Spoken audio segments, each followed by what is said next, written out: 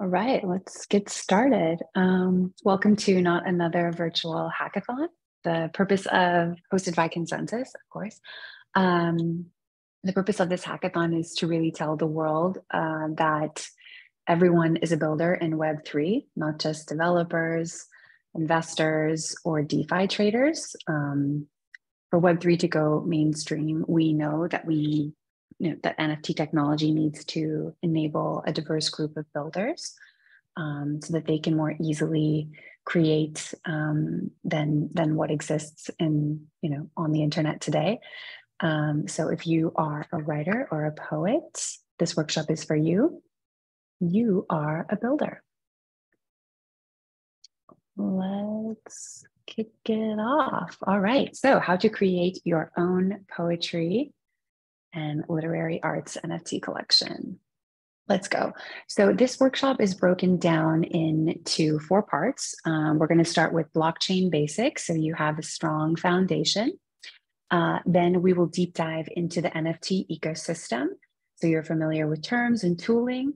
I will cover some key considerations for building your own NFT collection. And lastly, I will show you just how easy minting really is. So I guess before we get any further, allow me to introduce myself. My name is Clarissa Watson. I am a senior writer and editor here at Consensus. I am also an NFT poet. I have my collection, as you can see on the right side, called Love for No Reason.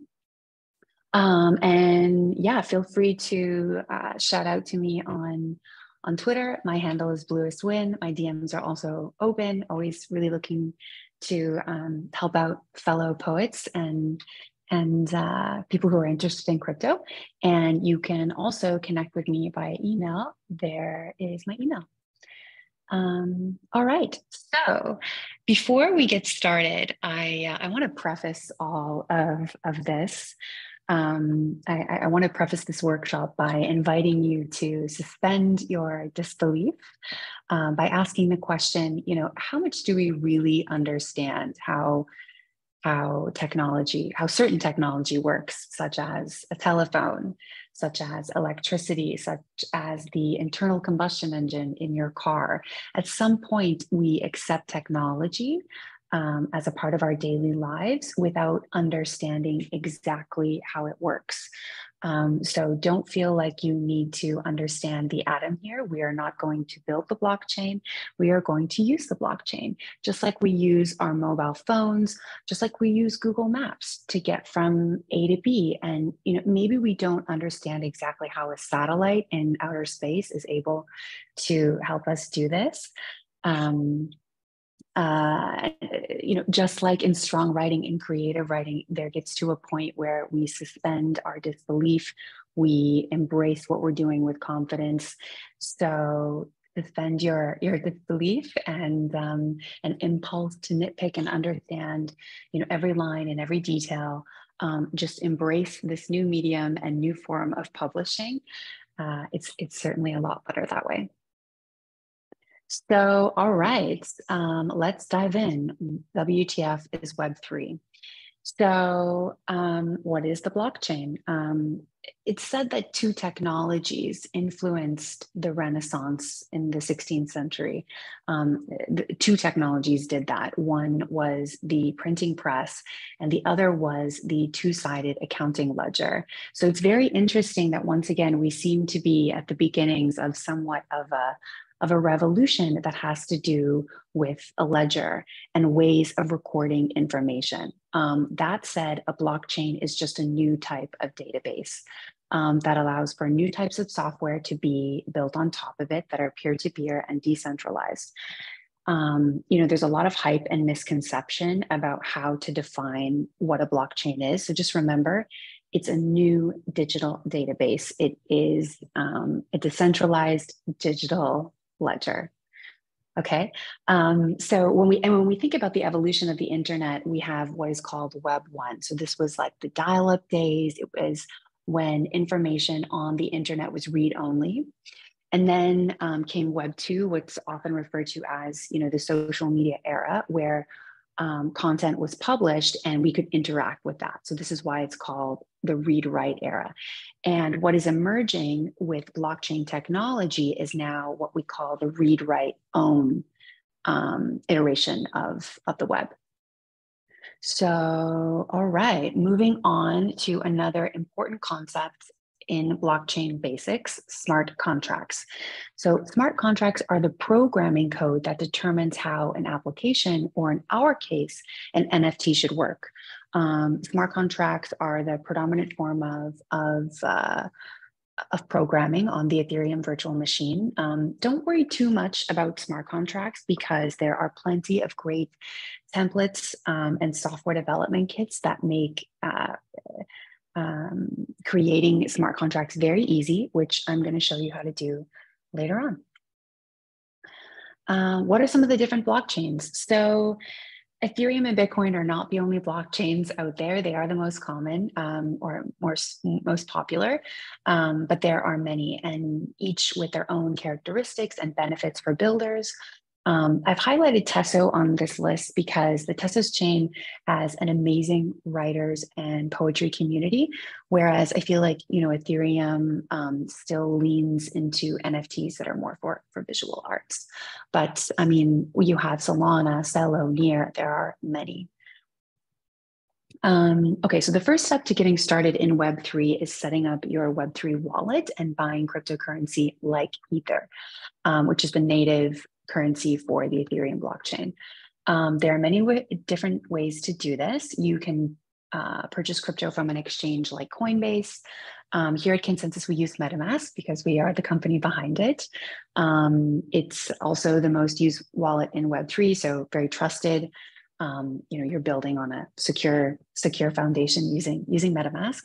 And they also recently partnered with PayPal to make buying and holding cryptocurrency very easy, and have this wonderful educational platform called MetaMask Learn, which teaches you all about how to deep dive into Web3 wallets and how they give us, you know, genuine ownership of our digital identities and assets, and yeah, quite frankly, more privacy as well.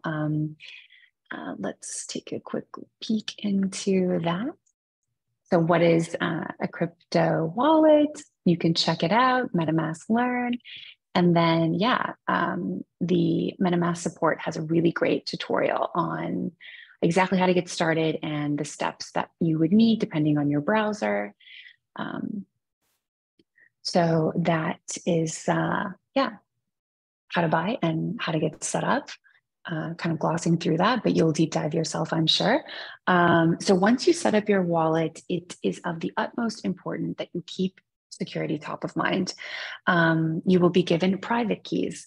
Your private keys are the password that grants access to and control over your wallet and the crypto in your account. So never reveal your private keys to anyone, as whoever controls your private keys controls the account. If you lose your private key, then you know, and you lose access to your account, you will be given what is called a secret recovery phrase or a seed phrase. It's quite a poetic term, which is typically a 12 to 24 randomized words, and you can use that to regain access.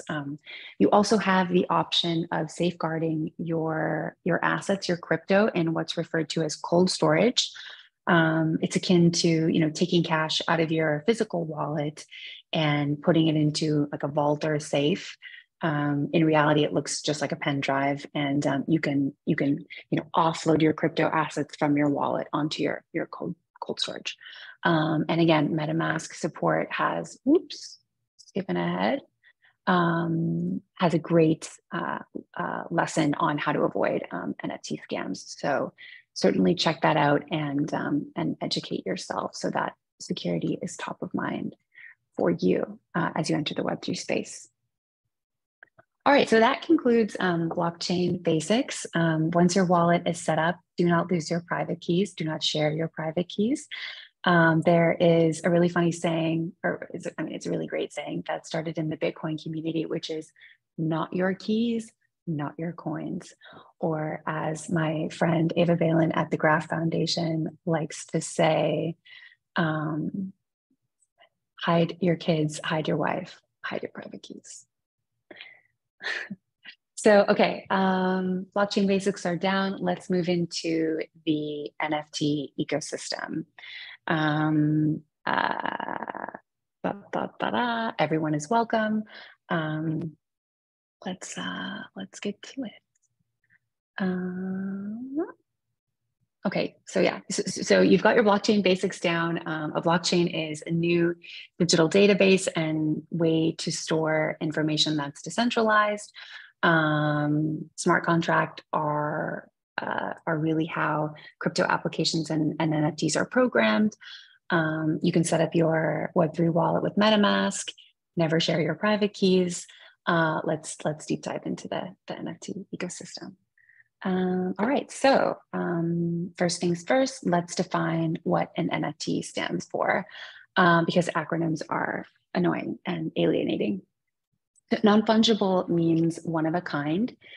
Think of like your house or your cat. You know, they cannot exist twice, and they are valuable assets to you.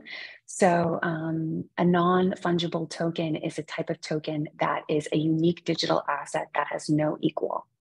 In contrast to cryptocurrencies like ETH, they are fungible in nature because just like, you know, fiat dollars, they can be replicated and exchanged. So when discussing NFTs, fungibility really refers to an object's ability to be exchanged for another. NFTs are provably scarce digital items. They can also be, you know, in addition to poem and arts, they can be certificates of ownership or authenticity. And there are two types of NFT smart contracts. So yeah, getting back into smart contracts, there are two standards that have two different purposes and outcomes. The first is an ERC 721 contract, which means each token will have one unique owner. The other is an ERC 1155 smart contract that allows for a single token to, or a poem, in our case, an NFT poem, to have unlimited owners. Again, you know, don't feel like you need to understand the atom here. I'm going to show you a very simple template that you can use when you're creating your own smart contracts. That's really like as easy as copying and pasting. But these two standards are what are used for NFTs. So NFT marketplaces, the digital decentralized marketplaces where you will share and sell your art with the world. There are many. I focused on Tezos because of the strong emergent writers community on that chain. And Ethereum because I'm just an Ethereum girl. OpenSea is the largest market. So you know, just be aware of that. As you're getting started, you may feel like a drop in the open sea after launching your first collection. But the beauty here is that due to the interoperability of those smart contracts, those NFT smart contracts that I just showed you, you can sell your collection on any of these marketplaces. You're not limited to one, you know, but definitely choose the marketplace that best resonates with you. So, all right, how to set up accounts on marketplaces. This is easily done. You just need a Web3 wallet like MetaMask or whichever wallet you choose. So instead of creating an account like you do on social media platforms in Web3, you sign into marketplaces with your wallet and authorize any transaction that you perform. You know, remember, Web3 is all about ownership and privacy.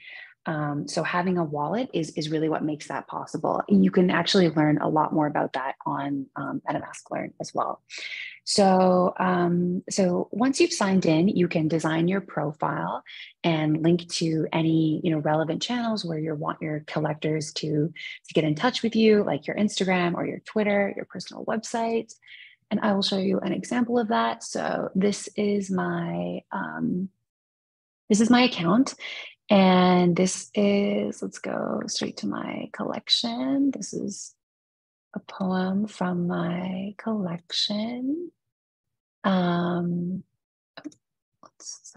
just quickly show you, kind of buzz past that, didn't I? So this is my account that I created.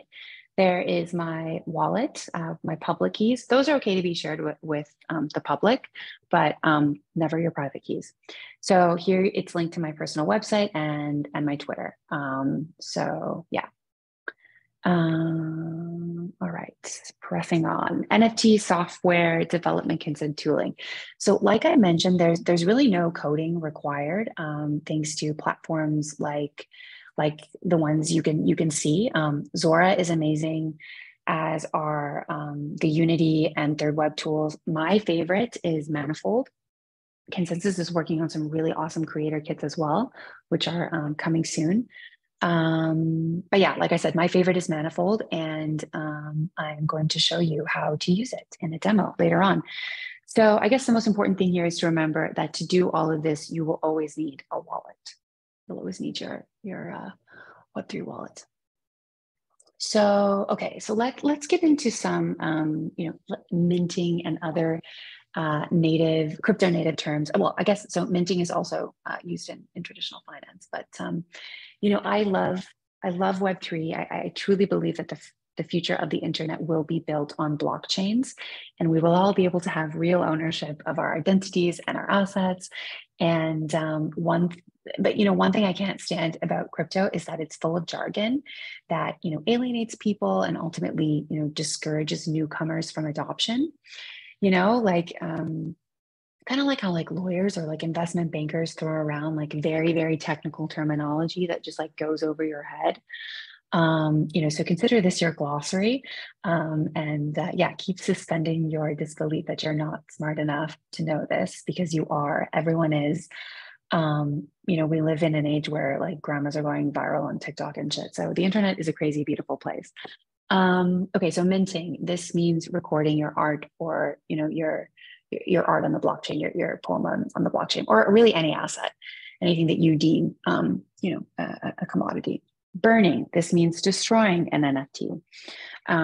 Addition. So this is the number of pieces of artwork within minted or within your collection. Transaction hash. So this is something that records all the transactions associated to your NFT. Remember, a blockchain is a ledger. It's a beautiful technology for recording information, such as transactions, such as the movement of assets, and it's completely open and public. Not like the ledgers of companies and governments that we just have to trust. And in Web3, everything is well, not everything, but we try to make things as trustless as possible by publishing everything. That's the whole purpose of a blockchain. So I digress. Collect. This means to purchase an NFT. Gas. So gas are the transaction fees on the Ethereum blockchain. They exist on all blockchains. Think of it as, when you want to wire money to someone, let's say you're in the US and you want to wire money to a Canadian account, there's a fee, right? There's a fee for that transaction to go through. And gas fees are no different. Ultimately, we need them in order for transactions to go through, ain't nothing free. And then let's see, PFP, profile picture collection. If you have seen some of the CryptoPunks or the Board Yacht 8 Club, that just really rolls off your tongue. Those are what we call profile pic collections. So you collect it as an NFT and it becomes your profile pic. Floor price. So this would be the lowest price within your collection. You can, just because you have a collection doesn't mean that all NFTs can be priced the same. Some can be lower, some can be higher. You have the option to do auctions as well. So sometimes even the free market will determine what the highest and lowest bids are. All right, so setting the technical aspects of this aside, let's discuss your arts and how you can create your own collection. In Web3, it's all about shifting the powers from intermediaries back to creators. So if there were only one takeaway from this entire workshop, this statement would be it. A poem is a work of art. And this statement comes from Web3 poetry trailblazer Ana Maria Cabrero, who is advocating for poetry to be treated, equal to the way visual art is. Because NFTs have the ability to do precisely this, to pull poetry off the dusty shelves of libraries and out of the back pages of the New Yorker, where too few people can truly be enriched by it, and imbue poetry with currency, and make it mainstream, bring it out into the public the way we see advertisements and headlines, intelligent headlines, or well-crafted headlines. Bring it into the mainstream and into the metaverse, and make poetry digital, and carry it in your pocket. All of this is now possible, and so I just love this sentiment that Anna is advocating for, because it really empowers poets to just remember that poetry is art. So here are some key considerations that you'll want to think about as you form your collection and its intention. In Web 1, like we saw earlier, you were really the consumer of information. In Web 2, you're the product. Social media platforms commoditize our data, our personal data every day. It's their business models. In Web 3, you're the brand. Okay, so have something to say, say something with your art that needs to be said, that can really uplift the collective consciousness. To thine own self be true, because when you do, you inspire other people to do the exact same. So in terms of assets and deliverables beyond your poems, you'll need to create a feature image and a cover image, and have a short description to describe your collection that's written in an enticing manner. Actually, yeah, let's take a look at exactly what those are, just so you can see. So again, this is my collection. Here's the cover image, the feature image, and then the short description. But really, the crux of it are your poems themselves. That's really where the heavy lifting comes in. So if you look at so learning, yes. Okay, so multimedia versus static media. If I can share one insight with you based on my collection, it's that multimedia really has a higher impact or higher resonance than static media.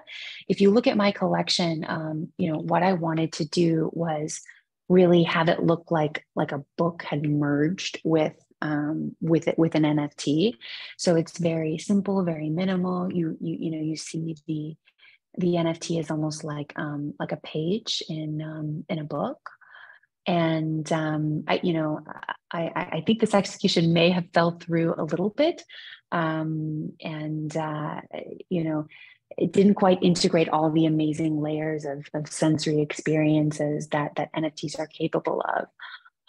So let's look at a few of those examples to inspire you. So this is an amazing poem, Future Frequencies, by the NFT poet Sasha Stiles.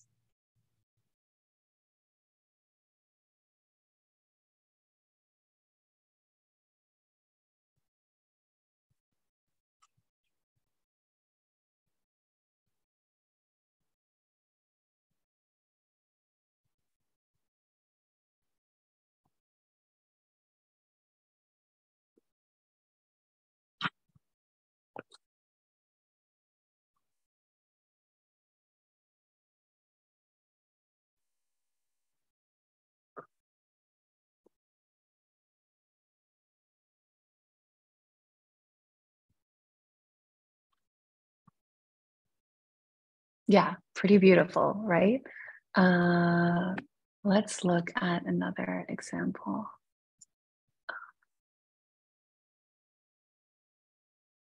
Cool. So this one is one that's actually on display by the same poet,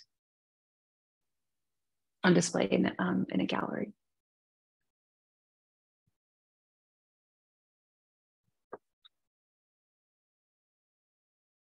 So you can see how, you know, I was true to my original concept and idea for my poems, but you know, there are so many opportunities. You know, this really leads me into my next point, which is, you know, collaborations in the NFT ecosystem. You know, when you use NFTs as your means of publication and creation, it opens up this world of collaborations, you know, that the traditional publishing industry is really limited to. So there are opportunities, there are so many opportunities to collaborate with visual artists, with other writers, musicians, and even AI. You know, we live in a world where generative AI is becoming more and more relevant, and you know, AI is a great co-author. And because of smart contracts, the proceeds and the royalties can be split and payment can be automatically distributed. So the beautiful thing about this technology as well is it really abstracts all those logistics away, which is great because, you know, as a poet and an artist, you can focus on your art. All right, so once your collection is ready to be shared with the world, you'll want to sell it. Web3 is all about community. So find your tribe, use Twitter to market yourself. The influencer and existing creator economy in Web2 uses Instagram a lot, and that's fine. But in Web3, you know, it's really all about Twitter. So connect with other poets, collect their work, join existing communities. And there are even, you know, plenty of physical galleries that are starting to display NFT poems as works of art, right? Like Ana Maria Cabrero, is advocating for. So one group that I love is Crypto Writers. So you can check us out on Twitter. There's also, yeah, it looks like they've got, what's that? New stuff every day. Oh, looks like they've got like a Spotify. Cool. They have a Spotify podcast. Awesome. Also the Verse. So this is a really interesting project and community that was founded by Ana Maria Cabrero and Sasha Stiles. I think there's a few other founders as well. And so they also do really amazing collaborations to bring poetry NFT into the mainstream. So definitely check that one out. I love Feltzine as well. It's an amazing NFT artist community. And yeah, you can see there's a lot of visual arts NFTs, but that's why we're doing this workshop, to empower more poets. And then check it out. There are these amazing physical galleries where you can go and you can see NFTs displayed. This one's in Paris. This one, the NFT gallery, is in New York. So yeah, beautiful emergent community.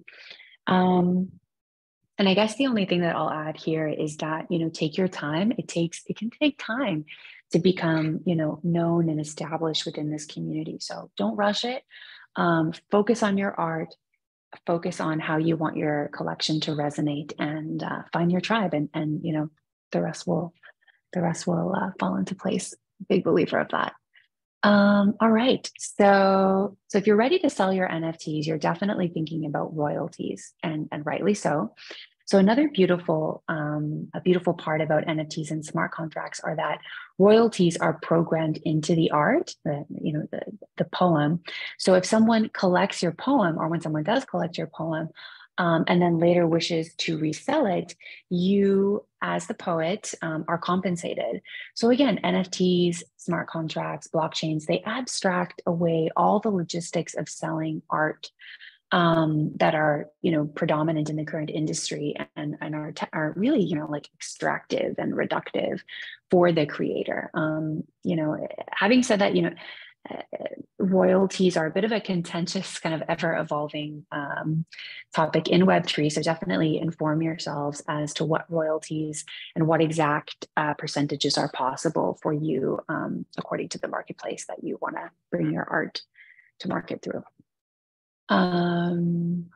Okay, so buying NFTs, pretty simple. Once you find an NFT that you want, you will click collect. And you will authorize the transaction in your wallet. Be patient. Transaction finality and the speed of it, it's always getting better as blockchain infrastructure improves. But it's not as fast as I think we're used to in Web 2.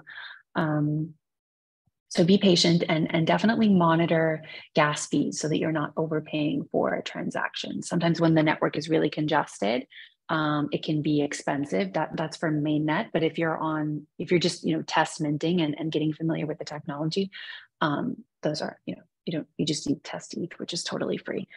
I will show you exactly how to do that in the upcoming tutorial.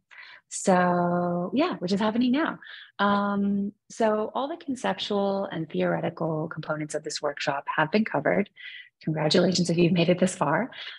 Let's see what minting is really like. And hopefully one day, it's as easy as posting a selfie on Insta. So this is really the end-to-end process. So you will want to create your poems, create your art, think about the concept for your collection. Mine was Love for No Reason. It's all about, telling people that we don't, need to look for love because we are love. And yeah. So step 2 is setting up your MetaMask wallet, or again, whatever wallet you choose to use. Step 3 is to choose the marketplace or marketplaces that you will be minting and selling your poems on. Create your profile. Step 4 is you want to select what NFTs smart contract standard you'll be using, whether it's 721 or 1155. Step 5 is to test mint your NFTs. So, do this as many times as you need to feel comfortable with the technology and comfortable with this new way of publishing. And then step 6 is you will want to make sure that you have ETH in your wallet. Again, you can do so very easily with MetaMask and PayPal, or with Coinbase. There's many options. So do what is, feels best for you. And then you will mint your NFTs to mainnet. And once they're there, and they're never going anywhere. You could burn them, but that's for another workshop, I think. And then lastly, step 7, design your collection and share it with the world. So that's the process, the end-to-end process at a high level. Those are the steps that I've taken. So that's really what was easiest for me. And let's see these steps in action. All right, so first and foremost, let's go to, okay, so here you'll see that I'm using Manifold, which was one of the, this to go away, little bar, let's move it down here. So like I said, I really like Manifold. I wonder if I can sign out. No, I can't. Okay. So I am already logged into the, actually, let's just truly start from scratch. So you go to Manifold. Awesome. So Manifold is what we're using. This is the homepage. Login. So you will click Log into Studio. And you will do that with your MetaMask wallet. I've already got I'm already logged into my wallet with some girly test ETH. I'm just going to close these windows because I want this demo to go as smoothly as possible for you all. All right, so Manifold XYZ, it's my preferred platform. It's very easy. So getting started, make sure that you are on a test net, that you are not on mainnet. Girly looks like the supported testnet for Manifold. So then you will go to new contract. You will put in your contract name. So let's call it not another virtual hackathon test mint. You will choose your NFT standard. Choose which smart contract you want to use. Whether you want one token, one unique user, or you want one token, multiple owners. So I'm going to go with an ERC 721 because I like a small collector base. And then the symbol. So yeah, the symbol is how your smart contract will be identified on Etherscan. Etherscan is the registry of all the transactions recorded to the blockchain. So yeah, it needs to be 5 characters. So let's call it not another virtual hackathon. Let's say 15 because that's my favorite number. And then the next you will add in the ASCII mark. This is something, this is something that's, a signature to the Manifold Creator Studio that we're using. It's just like a visual, well, let's read it. The ASCII art is used to visually identify your contract. And plus it just looks really cool. So let's go for it. So for that, I like to use this art generator. Let's do text. Whoa, it read my mind. Test poem. Let's just call this test poem. And so you can see the URL here for when you need to create yours if you choose to use Manifold. Banner 100. Let's go start. Cool. So I can copy and paste that. I'm going to go back to Manifold. Oops, I'm gonna go back to Manifold, go away. And I'm gonna copy and paste it there. Amazing. So I've got my contract name. I've got my ERC 721, which determines how my NFT will function. I've got the symbol and I've got the ASCII mark, which I used to create using this little tool. And I'm on a test net, super important. We are definitely not ready for mainnet. So deploy. So again, I'm already logged into my MetaMask account. You'll want to make sure that you do that. Oh, here it comes.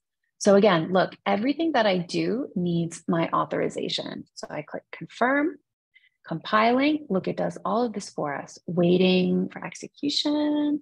We're going to be patient, deploying my smart contract.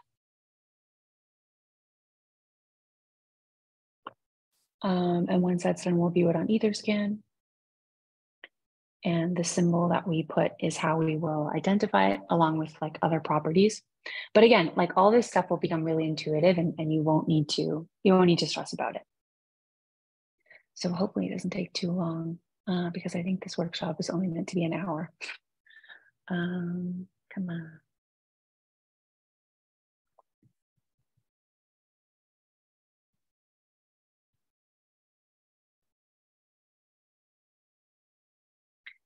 Waiting for a contract deployment to be included in a proposed block.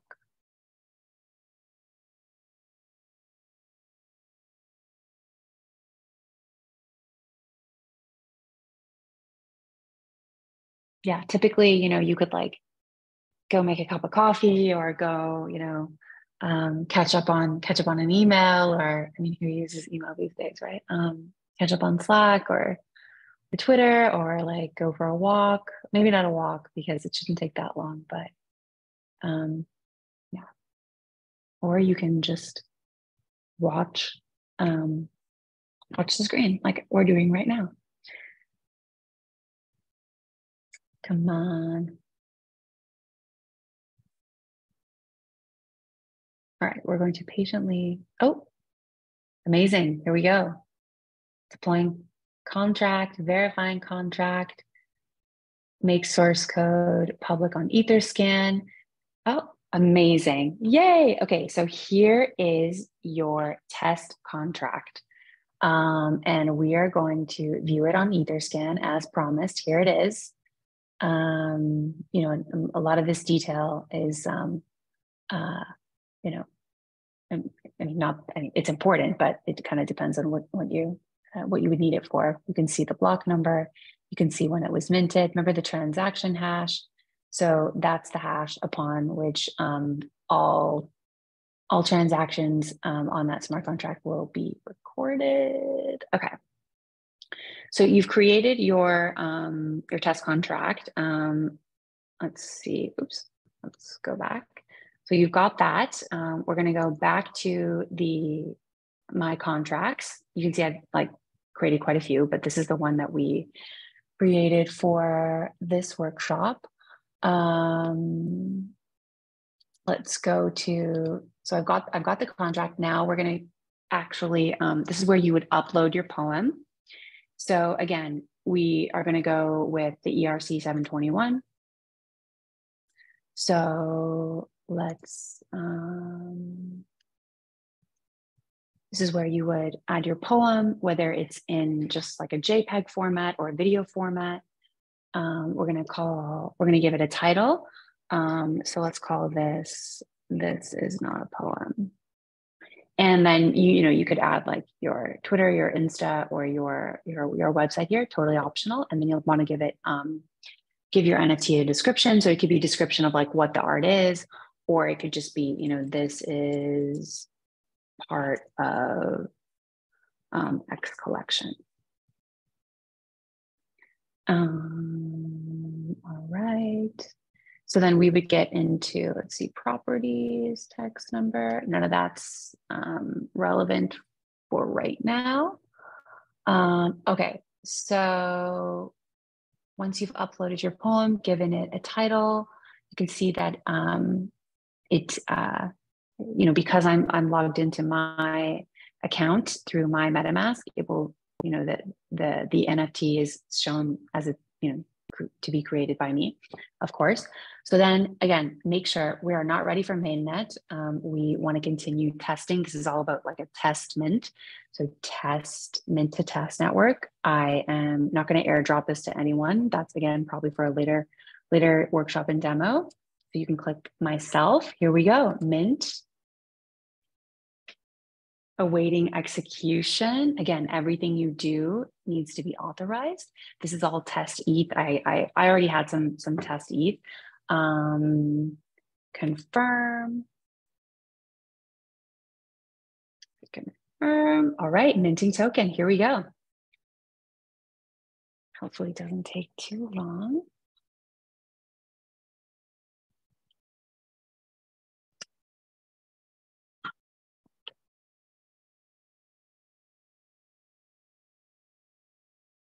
Moment of truth. So when you become super pro at this and you're minting on mainnet, these moments will be big, big moments. But as you're getting familiar, woo, there we go. See, it's really that simple. So then you'll see that this is testament. This is a test net. Success, congratulations. And then let's OpenSea. The beautiful part about Manifold is that it has native integration with OpenSea. So you can see exactly how it'll look, once it's on mainnet. But do this process as many times as you need to feel comfortable with the minting process. But that's it. Like that's really it. Those are the steps again. And yeah, this workshop is over. So thanks so much. Again, you can hit me up on Twitter, Bluest Wind, and good luck minting. Good luck minting, and thank you for attending.